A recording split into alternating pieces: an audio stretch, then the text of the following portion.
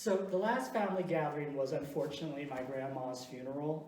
I'm not going to make fun of grandma's funeral or anything like that, other than to say that my mom became an accidental gay rights activist at this funeral. The story behind that is that whenever I go out shopping, I save the bag that you get so I can reuse it. And my mom has this habit of taking this bag and reusing it herself on whatever errands or whatever she's doing. And it just so happened that this one bag she took was from the Human Rights Campaign. So I happened to go to a physical store. They have one up in Provincetown, Massachusetts, and I shop there sometimes. I get the bag and I brought it home, and my mom took it. So she was parading around at Grandma's funeral with the Human Rights Campaign bag, acting actually pretty proud of the bag. She's like, "Oh, this bag be so colorful. Look at my bag, it's so nice. Oh, please put your eyeglass case into bag." So, I don't know if she knows it, but she became a gay rights activist at Grandma's funeral. I love tattoos, and I've had this idea for a tattoo for the longest time, but I'm just too chicken to do anything about it. My idea is the yin-yang symbol. And on one side is my dad's family's last name, the Chinese character for that. And on the other half would be the Chinese character from my mother's side of the family. And the tattoo is supposed to symbolize that I am a harmonious mixture of the two families. And for the most part, people I've told like the idea. There was hardly any negative comments to that idea until this guy at the gym pointed out to me that that's supposed to be a good and evil thing. Yeah, one side's gonna be good, the other side's gonna be evil. And I was thinking to myself, wow, what if that really was the case? Like at the next family gathering, it would be like, my mom's side of the family looks at this tattoo and they're like, "Oh, we good side, we good side." And then on my dad's side of the family would be all like, "Why are we on bad side? Why are we bad side?" I don't know, maybe it's because most people that I told when I came out took it badly on my dad's side of the family. I don't know, maybe that's the case. I participated in an underwear dance contest. This was back in Baltimore. This was at the time of my life when I was like discovering the gay community, and I wanted to totally immerse myself in it. This one club up there called the Allegro was hosting an underwear dance contest one night, and I was like, you know what? Let's go for it.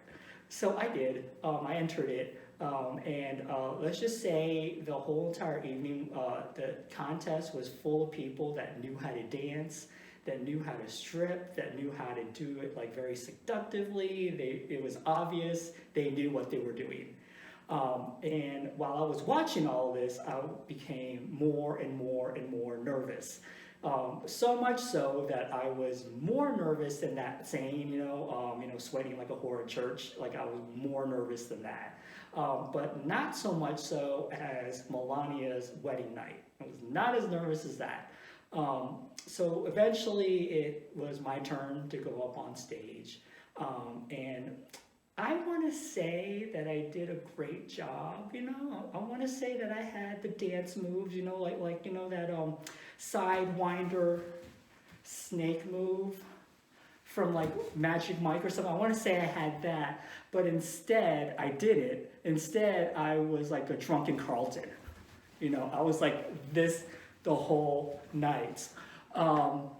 I also want to say that I had a really cute pair of underwear on, like really colorful and whatnot, but I didn't. Instead, I had on a pair of tidy whities that were two sizes pretty much too large for me, and they had like holes all over them. And I also want to say that, I had all these dollar bills stuffed into my underwear, but instead there was just one guy, this 80-year-old, waving money around, trying to get my attention. Well, he was 75, but you know. And I was even more nervous that night because it turned out I was the only Asian there. And whenever you're, you know, one of anything, you have this, like, you know, it feels like you have this responsibility to carry or represent the whole community. So I was up there representing for all the gay Asians up there, you know, I was already nervous because like I didn't want that pressure and I didn't want to add any more negative stereotypes. I mean, you know, I couldn't dance. I already couldn't dance. I didn't fill out my underwear, you know. And the thing was, the last thing I wanted was to begin a new stereotype, which was, you know, you see one with holes in their underwear, that means they all have holes in their underwear. I did not want to be responsible for starting all of that. But needless to say, spoiler alert, I did not win this contest. And at the end, to rub salt to the wound, there was this young woman that walked up to me afterwards and she's like, you're straight, right? And I was like, how is any of this straight?